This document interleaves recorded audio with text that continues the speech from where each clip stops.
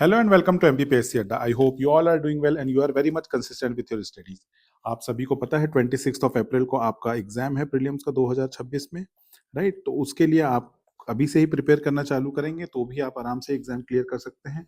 Those who are very much new into MPPSC, they can join this MPPSC classes. Otherwise आप सिर्फ mentorship batch से भी काम चला सकते हैं. अगर आप यूपीएससी एस्पिरेंट हैं या पुराने एमपीपीएससी के एस्पिरेंट हैं तो you just need to have topic wise notes जो आपको यहाँ डेली प्रोवाइड किए जाएंगे अलॉन्ग विथ टारगेट्स, और उस टारगेट को आपको कंप्लीट करना है सेम डे, और फिर एमसीक्यूज भी आपको मिलेंगे और टॉपिकल टेस्ट भी होंगे. इसके साथ साथ जो फर्स्ट 20 स्टूडेंट्स हैं उनके लिए इसमें टेस्ट सीरीज जो फ्री है, राइट? फर्स्ट 20 स्टूडेंट के लिए टेस्ट सीरीज फ्री की गई है. तो आप अगर इंटरेस्टेड हैं तो you can connect us over this number, right? So let's start with the series which we have already started. So first हमने जो वीडियो आपको डाला था उसमें पॉलिटी के कुछ क्वेश्चंस थे, राइट? तो उन पॉलिटी के क्वेश्चंस में से आपको अभी कितने आप याद कर रहे हैं, नहीं कर पाए, एक बार बताइएगा मुझे. सबसे पहला मेरा क्वेश्चन आपसे ये है कि शॉर्टेस्ट जो स्पेल रहा है वो किस प्रेसिडेंट रूल का रहा है? तीन बार प्रेसिडेंट रूल लगे हैं मध्य प्रदेश में. If you know the years you can also tell me in the comment. Otherwise आप मुझे ये बताएं कि सबसे छोटा स्पेल पहली, दूसरी, तीसरी इनमें से कौन से प्रेसिडेंट रूल का रहा है. उसके बाद आपको मैंने एक और चीज बताई थी, mother of all the parliamentary committee किसे बोला जाता है? Mother of all the parliamentary committee, all the parliamentary committee किसे बोला जाता है, राइट? और आप मुझे ये भी बताएं कि पीएससी का करंट हेड, करंट चेयरपर्सन कौन है? करंट चेयरपर्सन कौन है? और इसके अलावा कंटिन्यूअस इकोनॉमी कमेटी किसे कहा जाता है? कौन सी कमेटी को कहा जाता है? मैंने आपको बताया था ना, स्टैंडिंग कमेटी एक होती है, राइट? और इसके अलावा एक होती है आपकी एडहॉक कमेटी, राइट? एडहॉक तो जो होता है पर्टिकुलर चीज, पर्टिकुलर मैटर के लिए एक लाया जाता है और जैसे ही वो काम हो जाता है वो डिसॉल्व कर दी जाती है. बट एक जो होती है आपकी स्टैंडिंग कमेटी जिसके अंदर public account committee, estimate committee, ये सारे आते हैं, तो वो एक साल के लिए रहती है और उनमें बार बार चेयरपर्सन चुने जाते हैं. तो पिछले बार क्वेश्चन आया था क्योंकि मध्य प्रदेश के 2 लोग हैं अभी जो इंपॉर्टेंट कमिटीज को हेड करते हैं इनमें से, राइट? तो ये सब चीजों के आप जवाब मुझे करंट कमेंट बॉक्स में दे, sorry. And let's start with the question. तो सबसे पहला क्वेश्चन जो आपके सामने यहाँ पे है दैट इज इम्पीचमेंट से रिलेटेड है, प्रेसिडेंट का, राइट? तो प्रेसिडेंट को कैसे रिमूव करते हैं, ठीक है, वो भी हम पढ़ेंगे और उसके अलावा इसके क्या ग्राउंड्स होते हैं वो भी देखेंगे. तो अगर आप नोटिस करेंगे तो इम्पीचमेंट जो है वो it is given under article 61 of Indian constitution and there is only one ground is there. केवल एक ही ग्राउंड है, वो है वायलेशन ऑफ कॉन्स्टिट्यूशन. इसके अलावा किसी और ग्राउंड पे आप कभी भी नहीं निकाल सकते प्रेसिडेंट को, प्रेसिडेंट का इम्पीचमेंट नहीं हो सकता है, राइट? अब इसकी जो प्रोसेस होती है उसको समझना बहुत जरूरी है. तो उसमें एक स्टेटमेंट अगर एग्जाम में आता है कि it can be introduced, right? The motion for the impeachment of the president can be introduced in Lok Sabha, Rajya Sabha, either house, या फिर first in Lok Sabha then in Rajya Sabha. तो आंसर क्या होगा आपसे ये भी पूछा जा सकता है, ABCD करके, राइट? तो answer is C, it can be introduced in either house of the parliament, right? तो एक बार प्रोसेस को समझने की कोशिश करते हैं. सो देखिए, president of India can be removed, what is the only on the ground of violation of the constitution. सिर्फ एक ही ग्राउंड पे निकाला जा सकता है, that is violation of the constitution. किस आर्टिकल में दिया है? आर्टिकल 61. ये भी एग्जाम में पूछा गया है. देन उसकी प्रोसेस क्या होती है? सबसे पहले इनिशिएशन होगा मोशन का, एक मोशन पास किया जाएगा. कहां पे कर सकते हैं आप? किसी भी हाउस में, either house of the parliament, चाहे वो लोकसभा हो चाहे राज्यसभा हो. आपने मोशन इनिशिएट किया, 14 days return notice must be given. कितने दिन का नोटिस आपको देना रहेगा? 14 डेज का. कितने लोग साइन करेंगे उसको? Sign at least by 1/4 member, 1/4 member of the house, जिस भी हाउस में, क्योंकि हमने ऊपर पढ़ा है either of the house can initiate. तो जब कोई भी हाउस में इनिशिएट किया जा रहा है तो वहां के 1/4 मेंबर उसमें साइन करेंगे, 14 डेज का नोटिस दिया जाएगा और resolution in the first house pass किया जाएगा, ठीक है? तो motion must be passed by कितना? By 2/3 of majority. ये बहुत डिफिकल्ट मेजोरिटी होती है. 2/3 मेजोरिटी ऑफ व्हाट? 2/3 किस चीज के? Total membership. ये ध्यान रखिएगा, it is different than 2/3 present and voting. इससे अलग है ये चीज क्योंकि यहाँ पे क्या बोला है, टोटल मेंबरशिप, हमें कोई मतलब नहीं है कि कितने प्रेजेंट है और कितने वोट कर रहे हैं। हम तो सीधे सीधे पूरे हाउस में जितनी मेंबरशिप होगी उसका 2/3 हमें चाहिए, तो वो पास माना जाएगा, उस पर्टिकुलर हाउस से उस मोशन को पास माना जाएगा। उसके बाद क्या होता है, एक हाउस से अगर पास हो गया तो दूसरे हाउस में जाता है इन्वेस्टिगेशन के लिए, ठीक है। और दूसरा हाउस जो होता है वो इन्वेस्टिगेट करता है उन चार्जेस को कि ये चार्जेस इसके ऊपर जो लगे हैं प्रेसिडेंट के ऊपर वो सही है या गलत है।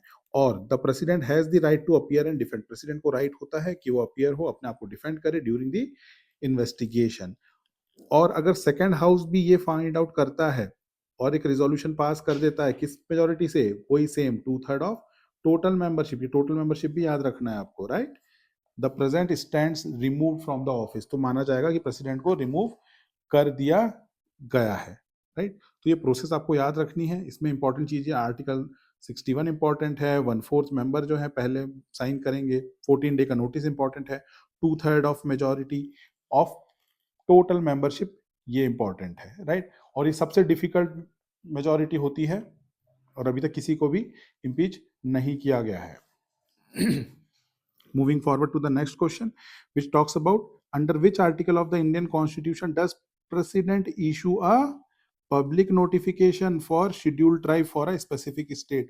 यहाँ पे ये पूछ रहा है कि किस आर्टिकल में इंडियन कॉन्स्टिट्यूशन के प्रेसिडेंट एक पब्लिक नोटिफिकेशन इशू करता है कि आज से ये जो ट्राइब है ये मध्य प्रदेश में शेड्यूल्ड ट्राइब कहलाएगी, राइट। इस टाइप का नोटिफिकेशन जारी करता है कौन, प्रेसिडेंट पब्लिक नोटिफिकेशन जारी करता है। तो अंडर किस आर्टिकल, under article 342, because under article 342 क्या दिया हुआ है, under article 342 it empowers the president, president को एम्पावर करता है किस लिए, टू स्पेसिफाई द ट्राइब्स और tribal community that shall be deemed as scheduled tribe. जो मैंने आपको बताया ना कि कोई ट्राइबल कम्युनिटी है, अगर उसको हम शेड्यूल ट्राइब मान रहे हैं तो प्रेसिडेंट स्पेसिफाई कर देगा, president is empowered of that, so it is given under article 342 article में दिया है। इसके अलावा अब ये तो दिया हुआ शेड्यूल ट्राइब का, ऐसे इसके अलावा और भी इंपॉर्टेंट आर्टिकल्स हैं जो एग्जाम में बार बार पूछे जाते हैं, तो उनमें से एक है आर्टिकल 340, 338, ये सारे इंपॉर्टेंट है, तो एक करके इनको देखते हैं। ये सब आपको याद करना है, कुल मिला के इन दी एंड 14 to 15 आर्टिकल्स होंगे जो आपको इसी वीडियो में मिल जाएंगे, और एग्जाम में ये सारे आर्टिकल्स एक दो बार पूछे जा चुके हैं, तो take it very seriously and just try to memorise them. So article 338 बोल रहा है national commission for schedule caste, ठीक, इस्टेब्लिश किया जाएगा किस, अंडर आर्टिकल 338, और 338 ए उसके जस्ट आगे वाला है national commission for schedule tribe. तो एससी का हो गया 338, एसटी का हो गया 338 ए। 338 बी जो है वो क्या है, it creates a national commission for backward classes, NCBC, ठीक है, national commission for backward classes को स्टैब्लिश किया जाएगा। और क्योंकि ये एक आर्टिकल के थ्रू स्टैब्लिशमेंट हो रहा है तो now it has been granted a constitutional status, अब उसे क्या मिल गया है, constitutional status by the 102nd constitutional amendment act, 102nd constitutional amendment act of 2018। तो यहाँ पे आपको ये बात ध्यान रखना है कि अब NCBC that is national commission for backward classes जो है वो कॉन्स्टिट्यूशनल स्टेटस उसे मिल चुका है, ठीक है, now it is the constitutional body. कौन बच्चा मुझे बताएगा कमेंट बॉक्स में कि what is the difference between statutory body and the constitutional body, please comment if you know the answer. Let's move forward to the next article, that is article number 339. It grants the central government control over scheduled areas, ठीक है, central government को scheduled areas के ऊपर control देता है, empowering the president to appoint a commission to review the administration, और उसलिए वो अधिकृत करता है, अधिकार देता है प्रेसिडेंट को कि वो एक कमीशन बैठाए, कमीशन अपॉइंट करे जो कि रिव्यू करेगा क्या, शेड्यूल्ड एरिया का एडमिनिस्ट्रेशन, right.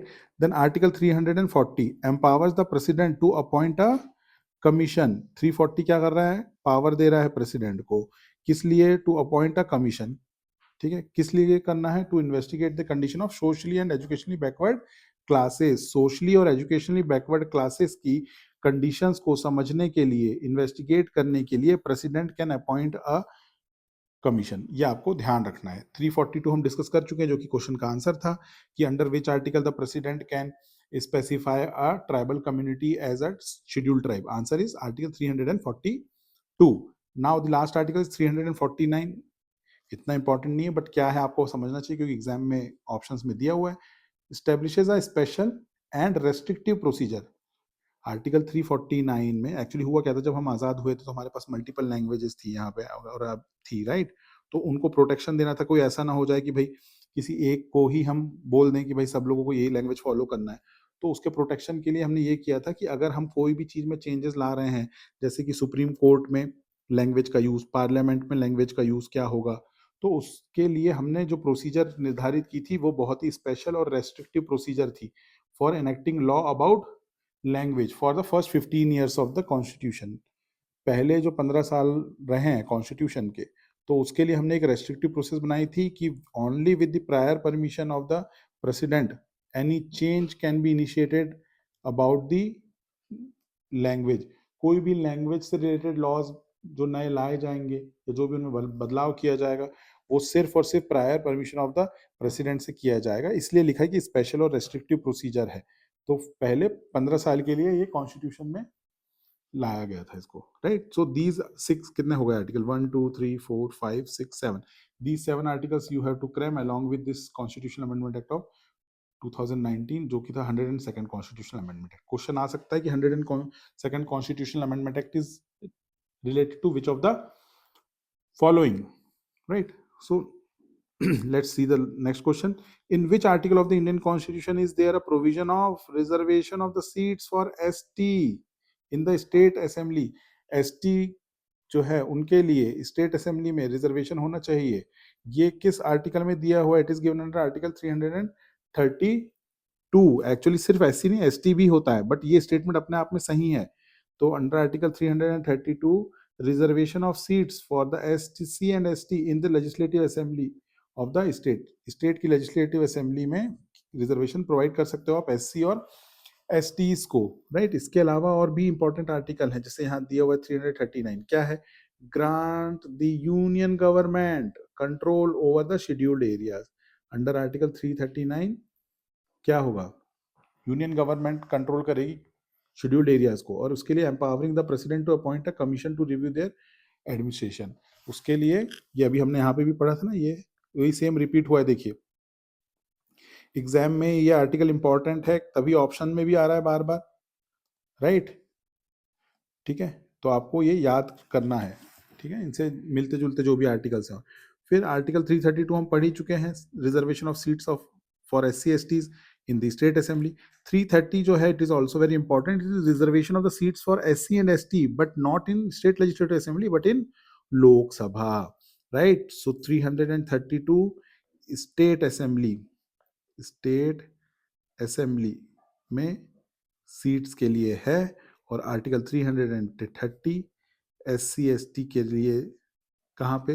लोकसभा में सीट्स रिजर्वेशन के लिए है, article 330। 334 provides the duration of reservation for SC ST in the Lok Sabha and state legislative assembly. अब ध्यान देना आप, ऐसा तो है नहीं कि बोला गया था शुरू में कि भाई हम तो रिजर्वेशन है हमेशा के लिए देंगे, हमेशा के लिए नहीं दिया गया था वो, राइट। 10 साल के लिए दिया गया था। और तो आर्टिकल 334 उसी से डील करता है कि it provides the duration of the reservation for SC ST in the Lok Sabha and state assembly. तो जो स्टेट असेंबली में हमने सीट्स में रिजर्वेशन दे रखा है एससी एसटी को अंडर आर्टिकल 332, और जो हमने लोकसभा में उनको रिजर्वेशन दे रखा है एससी एसटी को अंडर आर्टिकल 330, वो कब तक दिया जाएगा वो निर्धारित हो रहा है कहाँ पे? 334 में। तो 334 में पहले बोला गया था कि 10 ईयर्स के लिए है, but 104th constitutional amendment act, वो धीरे धीरे 10-10 साल बढ़ाते बढ़ाते 104th कॉन्स्टिट्यूशनल अमेंडमेंट एक्ट जो था 2020 का, उसमें ये बोल दिया गया कि भाई ये तो हम फ्रीज कर रहे हैं 2030 तक। अब बात मेरी स्टेटमेंट को ध्यान से, एक स्टेटमेंट को सुन लीजिए कि सारा आपको याद हो जाएगा। एससी एसटी का रिजर्वेशन जो हम लेजिस्लेटिव असेंबली में करते हैं वो करते हैं अंडर आर्टिकल 332, और लोकसभा का करते हैं अंडर आर्टिकल 330। तो ये कितने समय के ड्यूरेशन के लिए होगा, इसके बारे में चर्चा होती है अंडर आर्टिकल 334 में। अभी रिसेंटली जब 2020 में फिर से उसको रिन्यू करके 10 साल के लिए और आगे बढ़ा दिया 104th कॉन्स्टिट्यूशनल अमेंडमेंट का यूज करते हुए, और बोला गया है कि अब इसको हमने फ्रीज कर दिया है। ये जो हम रिजर्वेशन दे रहे हैं under article 332 and under article 330, उसको अब हम बढ़ा के फ्रीज करके 2030 तक कर रहे हैं, right? So this was all about the questions which were asked in the previous year questions. If you find our videos good, please do like and subscribe to our channel and leave a comment about the questions I have asked in this particular video.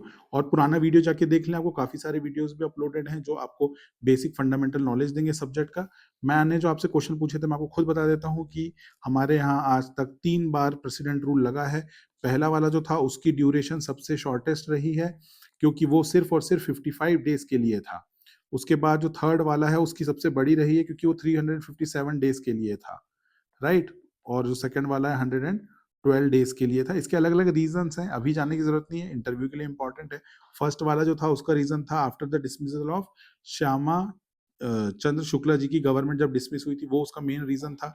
Second वाले का तो reason ये था कि सुंदरलाल पटवा जी की government ऐसे तो majority में थी, उसके बाद भी उसे डिसमिस किया गया था। थर्ड वाला तो सबको पता होता है कि ये जो बाबरी मस्जिद का डिमोलिशन था उसके बाद कम्युनल टेंशंस बढ़ गई थी, इसलिए लगाई गई थी। और मैंने आपसे एक और क्वेश्चन पूछा था, mother of all parliamentary committees, तो mother of all parliamentary committees is nothing but public account committee को बोला जाता है, जिसके प्रेसिडेंट चेयरपर्सन मैंने आपको डिस्कस किए थे के सी वेणुगोपाल जी हैं, राइट। और कंटिन्यूअस इकोनॉमिक कमेटी किसे कहा जाता है, वो एस्टिमेट कमेटी को कहा जाता है, राइट। एस्टिमेट कमेटी को कहा जाता है। और एस्टिमेट कमेटी के नए चेयरपर्सन जो बने हैं उनका नाम क्या है, उनका नाम है श्री डॉक्टर संजय जायसवाल। क्या है, संजय जायसवाल। तो ये आपको चीजें याद रखनी है, डॉक्टर संजय जायसवाल, ठीक है। अच्छा, मध्य प्रदेश में एक चीज और बताइए, मध्य प्रदेश में जो लास्ट टाइगर रिजर्व किसे बनाया गया, ये भी मुझे आप कमेंट बॉक्स में बताएं। आपको थोड़ा बहुत मध्य प्रदेश के बारे में भी अब पता होना चाहिए और धीरे धीरे हम इसके भी जीके के क्वेश्चंस धीरे धीरे हम डालना चालू करेंगे एमपी जीके से रिलेटेड। और जो भी करंट अफेयर्स में क्वेश्चंस आ रहे हैं वो भी हम डिस्कस करना चालू करेंगे। करंट अफेयर्स के वीडियो जल्दी ही आएंगे, तो आपको वो सारी की सारी चीजें ध्यान से समझ के याद कर लेनी है, right. Don't take this examination very lightly कि मैंने यूपीएससी करा हुआ है तो मैं आराम से कर लूंगा। It requires a different demand and different kind of consistency and hard work. So जो बच्चे जिनको लगता है कि हमें पहले से काफी कुछ आता है वो हमसे जुड़ सकते हैं और हमारा क्या कर सकते हैं, ज्वाइन मेंटरशिप बैच ज्वाइन कर सकते हैं। एक और क्वेश्चन है आपके लिए सॉरी, कोलकाता में कौन एक क्या था जिसका नाम चेंज करके सॉरी, ठीक है, कोलकाता में फोर्ट विलियम का नाम चेंज करके क्या रख दिया गया, ये मुझे बताएं आप, किसी को अगर आता हो तो, राइट। अब ये सब क्वेश्चन आते हैं एग्जाम में क्योंकि ये बहुत इंपॉर्टेंट पॉइंट है ना। फोर्ट विलियम क्या था, पहले तो कोलकाता में था, ठीक है, ये सब आपको पता होना चाहिए, ठीक है। फोर्ट विलियम का न्यू नेम क्या है ये आप मुझे बताएं, नहीं पता होगा तो मैं नेक्स्ट वीडियो में बता दूंगा, राइट। और 59th ज्ञानपीठ अवार्ड किसे मिला है ये भी हम डिस्कस करेंगे, ये सब नेक्स्ट वीडियो में मैं आपके साथ डिस्कस करूंगा, right. Thank you very much, have a good day, please do like our videos and tell it to your friends. Thank you very much, have a good day.